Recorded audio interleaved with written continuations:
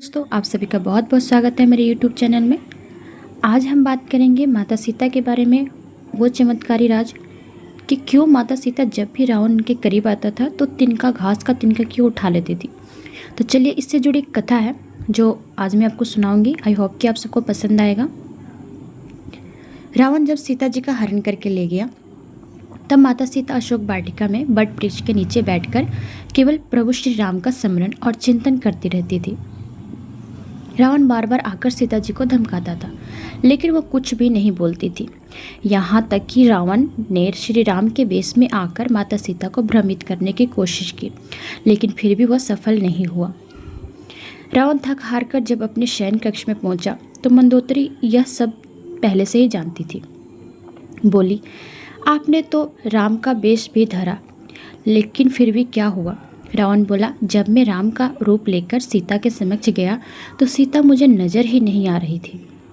रावण अपनी समस्त ताकत लगा चुका था, लेकिन जगत जननी माँ को आज तक कोई नहीं समझ सका, तो फिर ये रावण कैसे समझ पाता? लेकिन लंकापति रावण फिर भी हार नहीं मानने वाला था। उसने फिर से माता सीता के करीब आने का प्रयास किया। वो सीता माँ से आकर बोला, मैं तुमसे सीधे सीधे संवाद करता हूँ, लेकिन तुम कैसी नारी हो कि मेरे आते ही घास का तिनका उठाकर उसे घूर घूर कर देखने लगती हो। क्या घास का तिनका तुम्हें राम से भी ज़्यादा प्यारा है? रावण के इस प्रश्न को सुनकर माता सीता बिल्कुल चुप हो गई और उनकी आंखों में आंसुओं की धार बह पड़ी। शायद वह मन ही मन उन खूबसूरत पलों के बारे में सोच रही होंगी जब श्री राम से विवाह करके अयोध्या आई थी और नई नवेली दुल्हन के रूप में आदर सत्कार हुआ था। माता सीता का बड़े आदर के साथ गृह प्रवेश हुआ और उत्सव मनाया गया। उस वक्त एक परंपरा निभाई गई और उस परंपरा में उस घास के तिनके का रहस्य छिपा हुआ है। नववधू जब ससुराल में आती हैं तो उनके हाथ से कुछ मीठा पकवान बनाया जाता है ताकि जीवन भर परिवार के सदस्यों के बीच मिठास बनी रहे।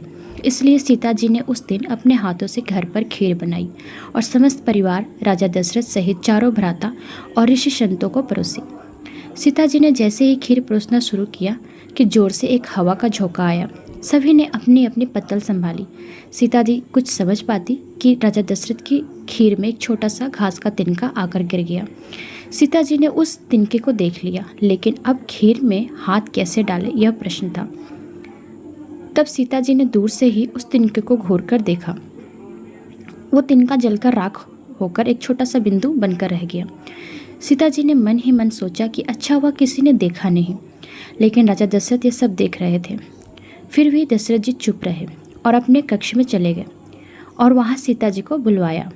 फिर राजा दशरथ बोले, मैंने आज भोजन के समय आपके चमत्कार को देख लिया था।